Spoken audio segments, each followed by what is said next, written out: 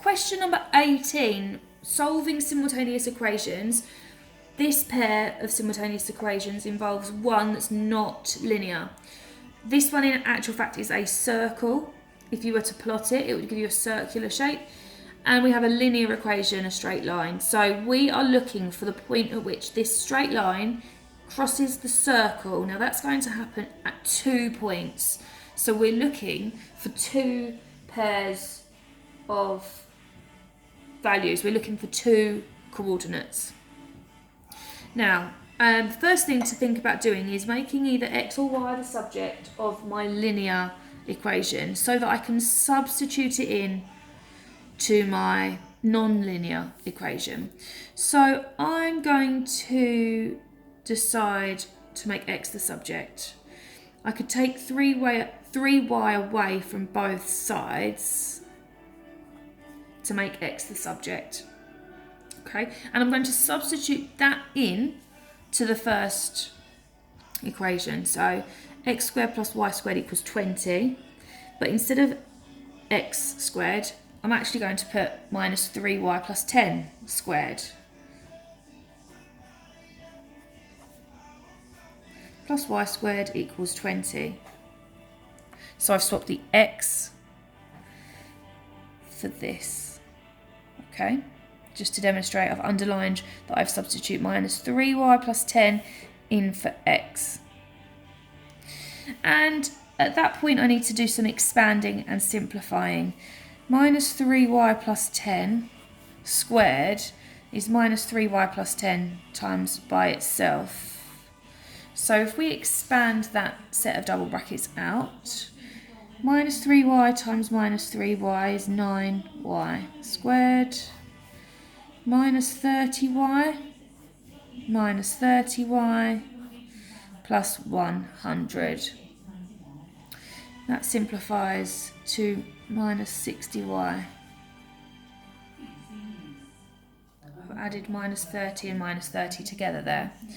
So if we go back, I can, instead of minus 3y plus 10 all squared, I can swap that for 9y squared minus 60y plus 100. The y squared though still needs to be included. We haven't added that in yet, so I've written it here. And I can now collect some more like terms. 9y squared plus 20 squared. 9y squared plus y squared is 10y squared. That is still equal to 20.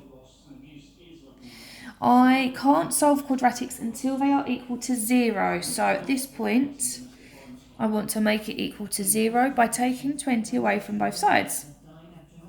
If I take 20 away from both sides, I actually have a plus 80 there, not a plus 100. Okay, I could now solve this using the quadratic formula.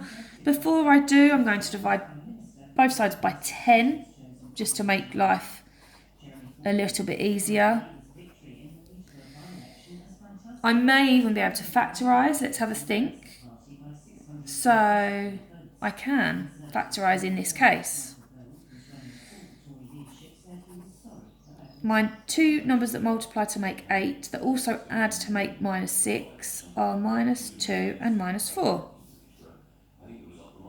So when you can factorise, do so. It's an easier way of solving a quadratic. If you can't think of what it factorises to, then you can always use the quadratic formula. In this case though, y is 2 and y is 4. Now, once I've got the two y values, I need to remember to get the two x values. And to do that, I can substitute these in to one of my original equations. Now, I'm not going to use the circle equation, that would be too difficult. I'm going to keep it nice and easy. I'm going to use the linear equation. Even better than that, I'm actually going to use my rearranged version of the linear equation. So my equation is x equals minus 3y plus 10. Now, I know that y is 2. So when y is 2, I'm going to swap y for 2. Let's work out what x is. So minus 6 plus 10, which would give me 4. So when y is 2, I've just worked out that x is 4. So there's one pair of solutions. Let's repeat the process for when y is 4. So this time I'm going to swap y for 4. So I'll have minus 3 times 4 plus 10. So minus 12 plus 10 is minus 2. There's my second pair of solutions. Okay, now you have done the question, you have solved it, you've got the correct solutions. If you were asked for the coordinate values, you could write them as 4, 2 and minus 2, 4 as coordinates, but for this one all we needed to do was find the solutions and we've done that.